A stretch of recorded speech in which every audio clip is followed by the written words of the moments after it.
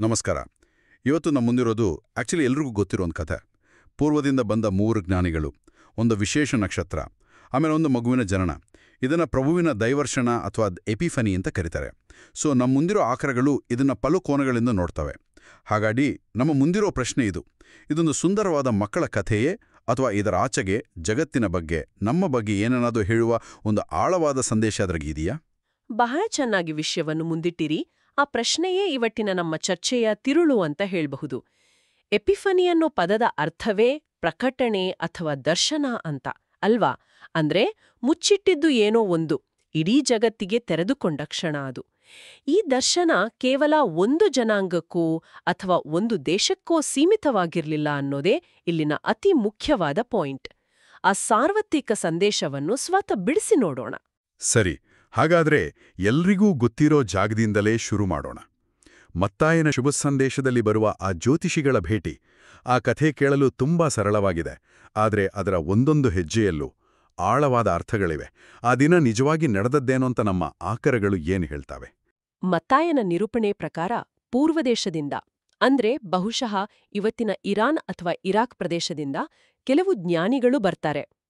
ಅವರೊಂದು ನಕ್ಷತ್ರವನ್ನ ಹಿಂಬಾಲಿಸ್ಕೊಂಡು ಜೆರುಸಲೇಮಿಗೆ ಬರ್ತಾರೆ. ರಾಜನ ಅರಮನೆಗೆ ಹೋಗಿ ಅವರು ಕೇಳೋದು ಬಹಳ ನೇರವಾದ ಪ್ರಶ್ನೆ: ಯಹೂದ್ಯರ ಅರಸನಾಗಿ ಹುಟ್ಟಿದವನು ಎಲ್ಲಿದ್ದಾನೆ? ನಾವು ಅವನನ್ನು ಆರಾಧಿಸಲು ಬಂದಿದ್ದೇವೆ ಅಂತ. ಇಲ್ಲಿಂದಲೇ ನಾಟಕ ಶುರುವಾಗೋದು. ಈ ಪ್ರಶ್ನೆ ಅಂದಿನ ರಾಜ ಹೆರೋದನಿಗೆ ದೊಡ್ಡ ಆಘಾತ ಕೊಡುತ್ತೆ. ಅವನಿಗೆ ತನ್ನ ಸಿಂಹಾಸನದ ಬಗ್ಗೆ ವಿಪರೀತ ಭಯ. ತನಗೊಬ್ಬ ಪ್ರತಿಸ್ಪರ್ಧಿ ಹುಟ್ಟಿದಾನೆ ಅನ್ನೋ ಸುದ್ದಿ ಅವನನ್ನು ಮತ್ತು ಇಡೀ ಜೆರುಸಲೇಮನ್ನು ತಲ್ಲಣಗೊಳಿಸುತ್ತೆ.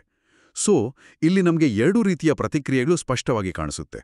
ಜ್ಞಾನಿಗಳು ಬಂದಿರೋದು ಆರಾಧನೆ ಮಾಡೋಕೆ ಪ್ರೀತಿಯಿಂದ, ಆದರೆ ಹೆರೋದನ ಪ್ರತಿಕ್ರಿಯೆ ಶುರುವಾಗೋದೇ ಭಯ, ಅಸೂಯೆ ಮತ್ತೆ ಅಧಿಕಾರದ ಆತಂಕದಿಂದ. ಹೌದು, ತಕ್ಷಣ ಅವನು ತನ್ನ ಧರ್ಮಶಾಸ್ತ್ರಿಗಳನ್ನೆಲ್ಲ ಕರೆಸಿ ಕ್ರಿಸ್ತ ಎಲ್ಲಿ ಹುಟ್ಟಬೇಕು ಅಂತ ಗ್ರಂಥಗಳಲ್ಲಿ ಬರೆದಿದೆ ಅಂತ ವಿಚಾರಿಸ್ತಾನೆ. ಆಗ ಅವರು ಪ್ರವಾದನೆಗಳ ಪ್ರಕಾರ ಬೆತ್ಲೆಹೇಮ್ ಅಂತ ಉತ್ತರ ಕೊಡ್ತಾರೆ. ಸರಿ. ಆಗ ಹೆರೋದ ಆ ಜ್ಯೋತಿಷಿಗಳನ್ನು ರಹಸ್ಯವಾಗಿ ಕರೀತಾನೆ. ನಕ್ಷತ್ರ ಯಾವಾಗ ಕಾಣಿಸ್ಕೊಂತು ಅಂತ ಎಲ್ಲ ಮಾಹಿತಿ ತಗೊಂಡು ಒಂದು ನಾಟಕ ಆಡ್ತಾನೆ. ನೀವು ಹೋಗಿ ಆ ಮಗುವನ್ನು ಚೆನ್ನಾಗಿ ಹುಡುಕಿರಿ, ಮಗು ಸಿಕ್ಕಿದ ತಕ್ಷಣ ನನ್ಗೆ ಬಂದು ತಿಳಿಸಿ, ನಾನು ಹೋಗಿ ಆ ಮಗುವನ್ನು ಆರಾಧಿಸ್ಬೇಕು ಅಂತ ಹೇಳ್ತಾನೆ. ಹೌದು, ಆದ್ರೆ ಅವನ ಉದ್ದೇಶ ಆರಾಧಿಸೋದಲ್ಲ, ಆ ಮಗುವನ್ನು ಮುಗಿಸ್ಬಿಡೋದು. ಇದು ಕಥೆಯ ಒಂದು ತಿರುವು. ನಂತರ ಏನಾಗುತ್ತೆ? ಆ ಜ್ಯೋತಿಷಿಗಳು ಅವನ ಮಾತನ್ನು ನಂಬಿದ್ರಾ? ಅವರು ಅಲ್ಲಿಂದ ಹೊರಡ್ತಾರೆ. ಆಗ ಒಂದು ಆಶ್ಚರ್ಯಕರವಾದ ಘಟನೆ ನಡೆಯುತ್ತೆ. ಜೆರುಸಲೇಂನಲ್ಲಿ ಬಹುಶಃ ಕಾಣೆಯಾಗಿದ್ದ ನಕ್ಷತ್ರ ಅವರಿಗೆ ಮತ್ತೆ ದಾರಿ ತೋರಿಸಲು ಶುರು ಮಾಡ್ತದೆ. ಆಕರದಲ್ಲಿ ಬರೆದಿರೋ ಹಾಗೆ ಅದನ್ನು ನೋಡಿದಾಗ ಅವರಿಗೆ ಎಲ್ಲಿಲ್ಲದ ಸಂತೋಷ ಆಯ್ತು. ಯೋಚನೆ ಮಾಡಿ, ದೊಡ್ಡ ನಗರದ ಗೊಂದಲದಲ್ಲಿ, ರಾಜನ ಕುತಂತ್ರದ ನಡುವೆ ದಾರಿ ತಪ್ಪಿದ ಅವರಿಗೆ ಪ್ರಕೃತಿಯ ಒಂದು ಚಿಹ್ನೆ ಮತ್ತೆ ಭರವಸೆ ಕೊಡುತ್ತೆ. ಅದು ಅವರನ್ನು ನೇರವಾಗಿ ಮಗುವಿದ್ದ ಸ್ಥಳಕ್ಕೆ ಕರೆದೊಯ್ಯುತ್ತದೆ. ನಂತರ ಬರೋದೇ ಆ ಪ್ರಸಿದ್ಧ ದೃಶ್ಯ. ಅವರ ಮನೆಯೊಳಗೆ ಹೋಗಿ ಮಗುವನ್ನು ಮತ್ತು ತಾಯಿ ಮರಿಯಳನ್ನು ಕಂಡು ಮಗುವಿನ ಕಾಲುಗಳಿಗೆ ಬಿದ್ದು ನಮಸ್ಕಾರ ಮಾಡ್ತಾರೆ. ಆಮೇಲೆ ತಾವು ತಂದಿದ್ದ 3 ವಿಶೇಷವಾದ ಕಾಣಿಕೆಗಳನ್ನು ಅರ್ಪಿಸ್ತಾರೆ. ಈ ಕಾಣಿಕೆಗಳು ಕೇವಲ ದುಬಾರಿ ಉಡುಗೊರೆಗಳಲ್ಲ ಅಲ್ವಾ? ಪ್ರತಿಯೊಂದಕ್ಕೂ ಒಂದು ಸಾಂಕೇತಿಕ ಅರ್ಥವಿದೆ ಅಂತ ನಮ್ಮ ಆಕರಗಳು ಹೇಳ್ತವೆ. ಖಂಡಿತ, ಇದು ಬಹಳ ಮುಖ್ಯವಾದ ಭಾಗ. ಮೊದಲನೇದು ಬಂಗಾರ. ಅಂದಿನ ಕಾಲದಲ್ಲಿ ರಾಜರಿಗೆ ಬಂಗಾರವನ್ನು ಕೊಡುವುದು ಒಂದು ಪದ್ಧತಿ. ಹಾಗಾಗಿ ಇದು ಆ ಮಗು ಒಬ್ಬ ರಾಜ ಎಂಬುದರ ಸಂಕೇತ. ಸರಿ, ರಾಜತ್ವ. ಎರಡನೇದು ಧೂಪ ಅಥವಾ ಪರಿಮಳ ದ್ರವ್ಯ. ಇದನ್ನು ದೇವಸ್ಥಾನಗಳಲ್ಲಿ ದೇವರ ಪೂಜೆಗೆ ಮಾತ್ರ ಬಳಸುತ್ತಿದ್ದರು.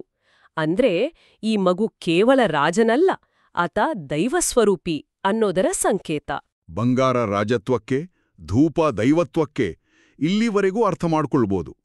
ಆದರೆ 3ನೇ ಕಾಣಿಕೆಯಾದ ರಕ್ತಭೋಳ ಅಥವಾ ಮಿರ್, ಅದನ್ನು ಶವ ಸಂಸ್ಕಾರಕ್ಕೆ ಬಳಸುತ್ತಿದ್ರು ಎನ್ನುವುದು ಸ್ವಲ್ಪ ಆತಂಕಕಾರಿಯಲ್ವಾ? ಒಂದು ಮಗುವಿನ ಹುಟ್ಟಿನ ಸಂದರ್ಭದಲ್ಲಿ ಮರಣದ ಸಂಕೇತ ಏಕೆ? ಅದ್ಭುತವಾದ ಪ್ರಶ್ನೆ. ಇದೇ ಆ ಕಾಣಿಕೆಗಳ ಆಳ. ರಕ್ತಭೋಳ ಒಂದು ಸುಗಂಧ ದ್ರವ್ಯ, ಆದರೆ ಅದನ್ನ ನೋವು ನಿವಾರಕವಾಗಿಯೂ ಮತ್ತು ಮುಖ್ಯವಾಗಿ ಮೃತದೇಹಗಳನ್ನು ಸಂರಕ್ಷಿಸಲು ಬಳಸುತ್ತಿದ್ದರು. ಇದು ಆ ಮಗುವಿನ ಮಾನುಷತ್ವವನ್ನು ಸೂಚಿಸುತ್ತೆ. ಮಾನುಷತ್ವ ಅಂದ್ರೆ ಆ ಮಗು ದೇವರಾದ್ರೂ ನಮ್ಮ ಹಾಗೆ ಮನುಷ್ಯನಾಗಿ ಹುಟ್ಟಿದ್ದಾನೆ. ನಮ್ಮ ಹಾಗೆಯೇ ನೋವು, ಕಷ್ಟ ಮತ್ತು ಕೊನೆಗೆ ಮರಣವನ್ನು ಅನುಭವಿಸುತ್ತಾನೆ ಅನ್ನೋದರ ಮುನ್ಸೂಚನೆ. ಹೀಗೆ ಈ 3 ಕಾಣಿಕೆಗಳು ಆ ಮಗುವಿನ ಸಂಪೂರ್ಣ ವ್ಯಕ್ತಿತ್ವವನ್ನು ರಾಜ, ದೇವರು ಮತ್ತು ಮನುಷ್ಯ ಒಟ್ಟಿಗೆ ಸಾರುತ್ತವೆ. ಕಥೆಯ ಕೊನೆಯಲ್ಲಿ ಹೆರೋದನ ಬಳಿ ವಾಪಸ್ ಹೋಗ್ಬೇಡಿ ಅಂತ ಕನಸಿನಲ್ಲಿ ಅವ್ರಿಗೆ ಎಚ್ಚರಿಕೆ ಸಿಗುತ್ತೆ. ಹಾಗಾಗಿ ಅವರು ಬೇರೆ ಮಾರ್ಗವಾಗಿ ತಮ್ಮ ದೇಶಕ್ಕೆ ಮರಳಿದರು. ಇದು ಕೇವಲ ದಾರಿ ಬದಲಾಯಿಸಿದ್ದ ಅಥವಾ ಇದಕ್ಕೂ ಏನಾದರೂ ಸಾಂಕೇತಿಕ ಅರ್ಥ ಇದೆಯಾ? ಖಂಡಿತವಾಗಿಯೂ ಇದೆ. ನಮ್ಮ ಆಕರಗಳು ಇದನ್ನೇ ಒತ್ತಿ ಹೇಳ್ತವೆ. ದೇವರನ್ನು ಸಂಧಿಸಿದ ಮೇಲೆ, ನಿಜವಾದ ಸತ್ಯವನ್ನು ಕಂಡುಕೊಂಡ ಮೇಲೆ ಯಾರೂ ಹಳೆಯ ದಾರಿಯಲ್ಲಿ ಹಿಂತಿರುಗಲು ಸಾಧ್ಯವಿಲ್ಲ. ಹಳೆಯ ದಾರಿಯಂದ್ರೆ ಹೆರೋದನಂತಹ ಕುತಂತ್ರ, ಸುಳ್ಳು, ಪಾಪದ ದಾರಿ. ಬೇರೆ ಮಾರ್ಥು ಅಂದ್ರೆ ಪರಿವರ್ತಿತ ಜೀವನ, ಒಂದು ಹೊಸ ದೃಷ್ಟಿಕೋನ. ಅವರ ಪ್ರಯಾಣ ಕೇವಲ ಭೌಗೋಳಿಕವಾಗಿರಲಿಲ್ಲ, ಅದು ಆಧ್ಯಾತ್ಮಿಕವಾಗಿತ್ತು. ಈ ಕಥೆ ಕೇಳಲು ಸರಳವಾಗಿದೆ, ಆದರೆ ನಮ್ಮ ಆಕರಗಳನ್ನು ನೋಡಿದಾಗ ಇದು ಒಂದು ದೊಡ್ಡ ಚಿತ್ರದ ಭಾಗ ಮಾತ್ರ ಅನಿಸುತ್ತೆ. ನೂರಾರು ವರ್ಷಗಳ ಹಿಂದೆಯೇ ಇಂಥದ್ದೊಂದು ಘಟನೆಯ ಬಗ್ಗೆ ಸುಳಿವು ನೀಡಲಾಗಿತ್ತು ಅಂದ್ರೆ ಆಶ್ಚರ್ಯವಾಗುತ್ತೆ. ಪ್ರವಾದಿ ಯೆಶಾಯನ ಗ್ರಂಥಕ್ಕೂ ಇದಕ್ಕೂ ಏನು ಸಂಬಂಧ? ಆ ಸಂಬಂಧ ನಿಜವಾಗಿಯೂ ಬೆರಗುಗೊಳಿಸುವಂಥದ್ದು.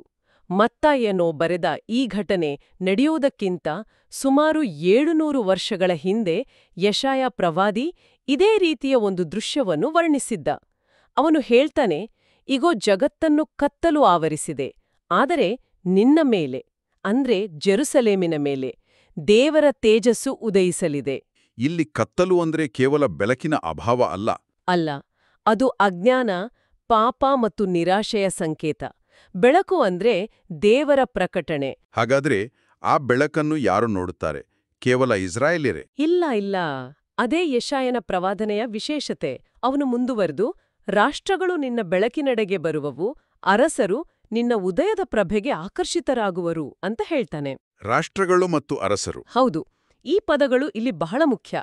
ಅಂದ್ರೆ ದೇವರ ರಕ್ಷಣೆ ಕೇವಲ ಒಂದು ಜನಾಂಗಕ್ಕೆ ಸೀಮಿತವಲ್ಲ, ಅದು ಇಡೀ ಜಗತ್ತಿಗೆ, ಯಹೂದಿಯರಲ್ಲದವರಿಗೂ ಸೇರಿದ್ದು ಅನ್ನೋದನ್ನ ಇದು ಸ್ಪಷ್ಟವಾಗಿ ಮುನ್ಸೂಚಿಸಿತ್ತು. ಇದು ನಿಜಕ್ಕೂ ಆಶ್ಚರ್ಯಕರ. ಅಷ್ಟೇ ಅಲ್ಲ, ಕಾಣಿಕೆಗಳ ಬಗ್ಗೆಯೂ ಯೆಶಾಯ ಏನಾದ್ರೂ ಹೇಳಿದ್ದಾನ? ಹೌದು, ಅದಕ್ಕಿಂತಲೂ ಸ್ಪಷ್ಟವಾದ ಸಾಕ್ಷಿ ಬೇಕಿಲ್ಲ. ಯೆಶಾಯ ಬರೆಯುತ್ತಾನೆ, ಶೆಬಾ ದೇಶದಿಂದ ಜನರು ಒಂಟೆಗಳ ಮೇಲೆ ಬರುವರು, ಅವರು ಬಂಗಾರ ಮತ್ತು ಧೂಪಗಳನ್ನು ತಂದು ದೇವರನ್ನು ಸ್ತುತಿಸುವರು ಅಂತ. ನೋಡಿ, ಜ್ಯೋತಿಷಿಗಳು ತಂದ ಮೊದಲ 2 ಕಾಣಿಕೆಗಳ ಹೆಸರು ಇಲ್ಲಿ ನೇರವಾಗಿ ಉಲ್ಲೇಖವಾಗಿದೆ.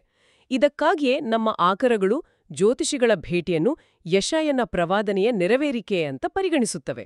ಸರಿ, ಹಾಗಾದ್ರೆ ನಮ್ಮಲ್ಲಿ ಒಂದು ಪ್ರವಾದನೆ ಇದೆ ಮತ್ತು ಆ ಪ್ರವಾದನೆ ನಿಜವಾದ ಒಂದು ಘಟನೆ ಇದೆ. ಆದರೆ ಇದರ ಆಧ್ಯಾತ್ಮಿಕ ಅರ್ಥವೇನು? ನಮ್ಮ ಆಕರಗಳಲ್ಲಿ ಸಂತ ಪೌಲರು ಇದನ್ನ ಮಹಾರಹಸ್ಯ ಅಂತ ಕರೀತಾರೆ. ಕೇಳೋದಕ್ಕೆ ಕುತೂಹಲಕಾರಿಯಾಗಿದೆ. ಏನಿದು ರಹಸ್ಯ? ಪೌಲರು ಇದಕ್ಕೆ ಒಂದು ದೇವಶಾಸ್ತ್ರೀಯ ಚೌಕಟ್ಟನ್ನು ಕೊಡ್ತಾರೆ. ಎಫೆಸದವರಿಗೆ ಬರೆದ ಪತ್ರದಲ್ಲಿ ಅವರು ಹೀಗೆ ಹೇಳ್ತಾರೆ, ಹಿಂದಿನ ತಲೆಮಾರುಗಳಿಗೆ ತಿಳಿಯದಿದ್ದ ಒಂದು ರಹಸ್ಯ ಈಗ ಬಹಿರಂಗಗೊಂಡಿದೆ.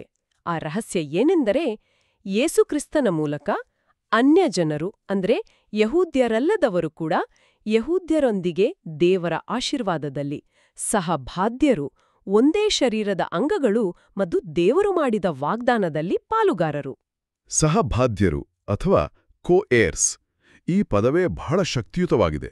ಅಂದ್ರೆ ಇದು ಕೇವಲ ಒಂದು ಗುಂಪಿಗೆ ಸೇರಿದ ಆಸ್ತಿಯಲ್ಲ, ಎಲ್ಲರಿಗೂ ಸಮಾನ ಹಕ್ಕಿದೆ ಅಂತ ಹೇಳಿದ ಹಾಗೆ. ಇದು ಅಂದಿನ ಸಾಮಾಜಿಕ ವ್ಯವಸ್ಥೆಗೆ ಎಷ್ಟು ದೊಡ್ಡ ಸವಾಲಾಗಿರ್ಬೋದು. ಅನ್ಯರ ನಡುವೆ ದೊಡ್ಡ ಗೋಡೆ ಇತ್ತು. ಪೌಲರು ಹೇಳುತ್ತಿರುವುದು, ಕ್ರಿಸ್ತನ ಮೂಲಕ ಆ ಗೋಡೆ ಒಡೆದು ಹೋಗಿದೆ ಅಂತ. ಈಗ ಜನಾಂಗ, ಕುಲ, ಭಾಷೆಗಳ ಆಧಾರದ ಮೇಲೆ ಯಾವುದೇ ತಾರತಮ್ಯವಿಲ್ಲ ಅಂತ. ಎಲ್ಲರೂ ದೇವರ ಕುಟುಂಬದಲ್ಲಿ ಸಮಾನ ಸದಸ್ಯರು ಎಂಬುದೇ ಆ ಮಹಾರಹಸ್ಯ. ಆ ಜ್ಯೋತಿಷಿಗಳ ಭೇಟಿ ಈ ಮಹಾರಹಸ್ಯದ ಮೊದಲ ದೃಶ್ಯರೂಪವಾಗಿತ್ತು ಅಂತ ಹೇಳಬಹುದು. ಅದ್ಭುತ. ಅಂದ್ರೆ ಯೆಶಾಯನು ಏನನ್ನು ಮುನ್ಸೂಚಿಸಿದ್ದನೋ ಅದನ್ನು ಜ್ಯೋತಿಷಿಗಳು ತಮ್ಮ ಪ್ರಯಾಣದ ಮೂಲಕ ಕಾರ್ಯರೂಪಕ್ಕೆ ತಂದರು. ಮತ್ತು ಸಂತ ಪೌಲರು ಆ ಘಟನೆಯ ಹಿಂದಿನ ದೈವಿಕ ಅರ್ಥವನ್ನು ಜಗತ್ತಿಗೆ ವಿವರಿಸಿದರು. ಹೀಗೆ ಈ 3 ಆಕರಗಳು ಒಂದಕ್ಕೊಂದು ಸೇರಿಕೊಂಡು ಒಂದು ಸಂಪೂರ್ಣ ಚಿತ್ರವನ್ನು ಕೊಡ್ತವೆ. ಹಾಗಾದ್ರೆ ಈ ಇಡೀ ಘಟನೆಯಿಂದ ನಾವು ಕಲಿಯಬಹುದಾದ ಪ್ರಮುಖ ಪಾಠಗಳೇನು ಅಂತ ನಮ್ಮ ಆಕರಗಳು ಹೇಳ್ತವೆ. ಮೊದಲನೆಯದಾಗಿ, ಆರಾಧನೆಯ ಬಗ್ಗೆ ಒಂದು ದೊಡ್ಡ ಪಾಠವಿದೆ ಅನ್ನಿಸುತ್ತೆ. ಹೌದು, ಇಲ್ಲಿ 8 ತದ್ವಿರುದ್ಧವಾದ ಆರಾಧನೆಗಳನ್ನು ಹೋಲಿಸಿ ನೋಡಬಹುದು. ಒಂದೆಡೆ ಜ್ಯೋತಿಷಿಗಳು ಅವರು ಸಾವಿರಾರು ಮೈಲಿ ಪ್ರಯಾಣ ಮಾಡಿ ಕಷ್ಟಪಟ್ಟು ತಮ್ಮ ಜ್ಞಾನವನ್ನು ಬಳಸಿ ಮಗುವನ್ನು ಹುಡುಕಿ ವಿನಯದಿಂದ ಅದರ ಮುಂದೆ ಅಡ್ಡಬಿದ್ದು ಪೂಜಿಸ್ತಾರೆ. ಇದು ಪ್ರಾಮಾಣಿಕ ತ್ಯಾಗದಿಂದ ಕೂಡಿದ ಹೃದಯದಿಂದ ಬರುವ ಆರಾಧನೆ. ಇನ್ನೊಂದೆಡೆ ಹೆರೋದನ ಆರಾಧನೆ. ಅವನು ಕೂಡ ನಾನೂ ಬಂದು ಆರಾಧಿಸ್ತೇನೆ ಅಂತಾನೆ. ಆದರೆ ಅವನ ಹೃದಯದಲ್ಲಿರುವುದು ದ್ವೇಷ ಮತ್ತು ಕೊಲ್ಲುವ ಉದ್ದೇಶ. ಅದೇ, ಅವನದು ಸುಳ್ಳು, ಕಪಟ ಮತ್ತು ಸ್ವಾರ್ಥದಿಂದ ಕೂಡಿದ ಆರಾಧನೆಯ ನಾಟಕ. ನಮ್ಮ ಆಕರಗಳೇಳುವಂತೆ ದೇವರು ನಮ್ಮ ಹೊರಗಿನ ಆಚರಣೆಗಳನ್ನು ನೋಡುವುದಿಲ್ಲ, ನಮ್ಮ ಹೃದಯದ ಉದ್ದೇಶವನ್ನು ನೋಡ್ತಾನೆ. ನಮ್ಮ ಆರಾಧನೆ ಜ್ಯೋತಿಷಿಗಳಂತೆ ಪ್ರಾಮಾಣಿಕವಾಗಿರಬೇಕೇ ಹೊರತು ಹೆರೋದಂತೆ ಕಪಟದಿಂದ ಕೂಡಿರಬಾರದು ಎಂಬುದು ಇದರ ಸ್ಪಷ್ಟ ಸಂದೇಶ. ಇನ್ನೊಂದು ಅಂಶ, ದೇವರ ಮುಂದೆ ಬರಿಗೈಯಲ್ಲಿ ಹೋಗಬಾರ್ದು ಅನ್ನೋದು. ಜ್ಯೋತಿಷಿಗಳು ಅಮೂಲ್ಯವಾದ ಕಾಣಿಕೆಗಳನ್ನು ತಂದರು. ಇದು ಕೇವಲ ಭೌತಿಕ ವಸ್ತುಗಳಿಗೆ ಸಂಬಂಧಿಸಿದ್ದಲ್ಲ ಅಲ್ವಾ? ಖಂಡಿತ ಅಲ್ಲ. ಇದೊಂದು ರೂಪಕವಷ್ಟೇ. ನಾವು ದೇವರಿಗೆ ಅರ್ಪಿಸಬಹುದಾದ ನಿಜವಾದ ಕಾಣಿಕೆಗಳು ಯಾವುವು ಅಂತ ನಮ್ಮ ಆಕರಗಳು ಸ್ಪಷ್ಟಪಡಿಸುತ್ತವೆ. ನಮ್ಮ ಜೀವನವೇ ಒಂದು ಕಾಣಿಕೆ. ನಾವು ಮಾಡುವ ಒಳ್ಳೆಯ ಕೆಲಸಗಳು, ಇತರರ ಮೇಲಿನ ಪ್ರೀತಿ, ಕ್ಷಮೆ, ಪ್ರಾಮಾಣಿಕತೆ. ನಮ್ಮ ಕುಟುಂಬದಲ್ಲಿ ಮತ್ತು ಸಮಾಜದಲ್ಲಿ ಶಾಂತಿಯನ್ನು ತರಲು ನಾವು ಮಾಡುವ ಪ್ರಯತ್ನ ಮತ್ತು ಇತರರಿಗಾಗಿ ಮಾಡುವ ತ್ಯಾಗ, ಇವೇ ನಾವು ದೇವರಿಗೆ ನೀಡಬಹುದಾದ ನಿಜವಾದ ಬಂಗಾರ, ಧೂಪ ಮತ್ತು ರಕ್ತಬೋಳ. ಇಲ್ಲಿ ನನ್ನ ಗಮನಿಸೆಳೆದ ಇನ್ನೊಂದು ವಿಷಯವಿದೆ. ಆ ಜ್ಯೋತಿಷಿಗಳ ಪ್ರಯಾಣ ಅದು ಒಂದು ಸರಳ ರೇಖೆಯಲ್ಲಿರಲಿಲ್ಲ. ಅವರು ನಕ್ಷತ್ರವನ್ನು ನೋಡಿದರು, ನಂತರ ಜೆರುಸಲೇಮಿನಲ್ಲಿ ಅದು ಕಾಣೆಯಾಗಿ ಗೊಂದಲಕ್ಕೊಳಗಾದರು, ಹೆರೋದನನ್ನು ಭೇಟಿಯಾದರು, ಮತ್ತೆ ನಕ್ಷತ್ರ ಕಾಣಿಸಿಕೊಂಡಾಗ ಅದನ್ನು ಹಿಂಬಾಲಿಸಿದರು. ಈ ನಕ್ಷತ್ರವನ್ನು ಹಿಂಬಾಲಿಸುತ್ತಲೇ ಇರುವುದು ಎಂಬ ಕಲ್ಪನೆಯಲ್ಲಿ ಒಂದು ಆಳವಾದ ಪಾಠ ಅಡಗಿದೆ ಅನ್ಸುತ್ತೆ. ಹೌದು, ಇದು ನಮ್ಮೆಲ್ಲರ ಜೀವನದ ಪ್ರಯಾಣಕ್ಕೆ ಒಂದು ಅತ್ಯುತ್ತಮ ರೂಪಕ. ಆ ನಕ್ಷತ್ರ ದೇವರ ಮಾರ್ಗದರ್ಶನದ ಸಂಕೇತ. ನಮ್ಮ ಜೀವನದ ಪಯಣದಲ್ಲಿಯೂ ನಾವು ಆ ದೈವಿಕ ಬೆಳಕನ್ನು, ಸತ್ಯವನ್ನು ಹಿಂಬಾಲಿಸಲು ಪ್ರಯತ್ನಿಸುತ್ತೇವೆ.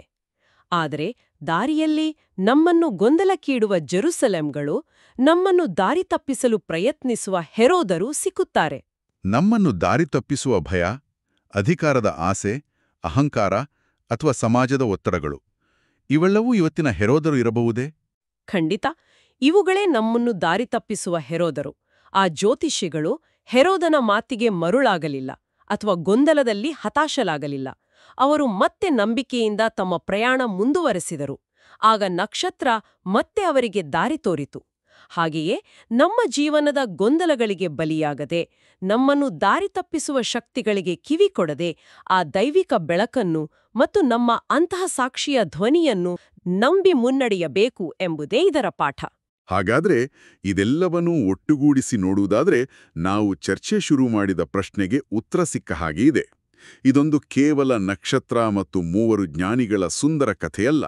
ಬದಲಿಗೆ ಇದು ಅದಕ್ಕಿಂತಲೂ ದೊಡ್ಡದಾದ ಸಾರ್ವತ್ರಿಕ ಪ್ರಕಟಣೆ, ಜನಾಂಗೀಯ ತಡೆಗೋಡೆಗಳನ್ನು ಒಡೆಯುವ ಕ್ರಾಂತಿಕಾರಕ ಸಂದೇಶ ಮತ್ತು ಪರಿವರ್ತಿತ ಜೀವನಕ್ಕೆ ಒಂದು ಕರೆ ಎಂಬುದಾಗಿ ತೆರೆದುಕೊಳ್ಳುತ್ತದೆ.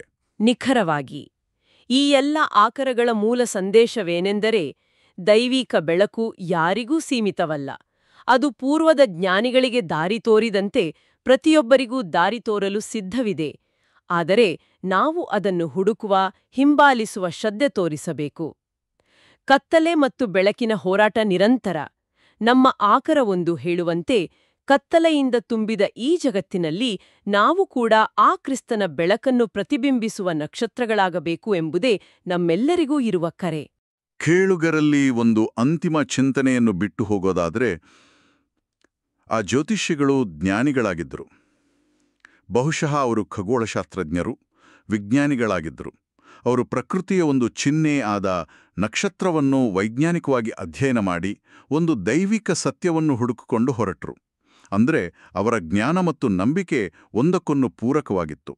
ಇದು ನಮಗೊಂದು ಪ್ರಮುಖ ಪ್ರಶ್ನೆಯನ್ನು ಹುಟ್ಟುಹಾಕುತ್ತದೆ. ನಮ್ಮ ಸ್ವಂತ ಜೀವನದಲ್ಲಿ, ನಮ್ಮ ಶಿಕ್ಷಣ, ನಮ್ಮ ದೈನಂದಿನ ಕೆಲಸ ಮತ್ತು ನಮ್ಮ ಸುತ್ತಲಿನ ಪ್ರಪಂಚದ ವೀಕ್ಷಣೆಗಳ ಮೂಲಕ ಯಾವ ನಕ್ಷತ್ರಗಳು ಅಥವಾ ಚಿಹ್ನೆಗಳು ನಮ್ಮನ್ನು ಒಂದು ಆಳವಾದ ಸತ್ಯದ ಕಡೆಗೆ ದಾರಿ ತೋರಿಸುತ್ತಿವೆ? ಒಂದು ವೇಳೆ ನಾವು ಅವುಗಳನ್ನು ಹಿಂಬಾಲಿಸುವ ಧೈರ್ಯ ಮತ್ತು ಆ ಜ್ಯೋತಿಷಿಗಳಲ್ಲಿದ್ದ ವಿನಯವನ್ನು ತೋರಿದರೆ ನಾವು ಏನನ್ನು ಕಂಡುಕೊಳ್ಳಬಹುದು? ಪ್ರಿಯರೇ, ಈ ಚಾನೆಲ್ ಅನ್ನು ಸಬ್ಸ್ಕ್ರೈಬ್ ಮಾಡಿ ಪ್ರತಿದಿನ ದೇವರ ವಾಕ್ಯವನ್ನು ಆಲಿಸುತ್ತಾ ಅದನ್ನು ಇತರರೊಂದಿಗೆ ಹಂಚಿಕೊಳ್ಳಲು ನಮಗೆ ನೆರವಾಗಿರಿ. ಧನ್ಯವಾದಗಳು.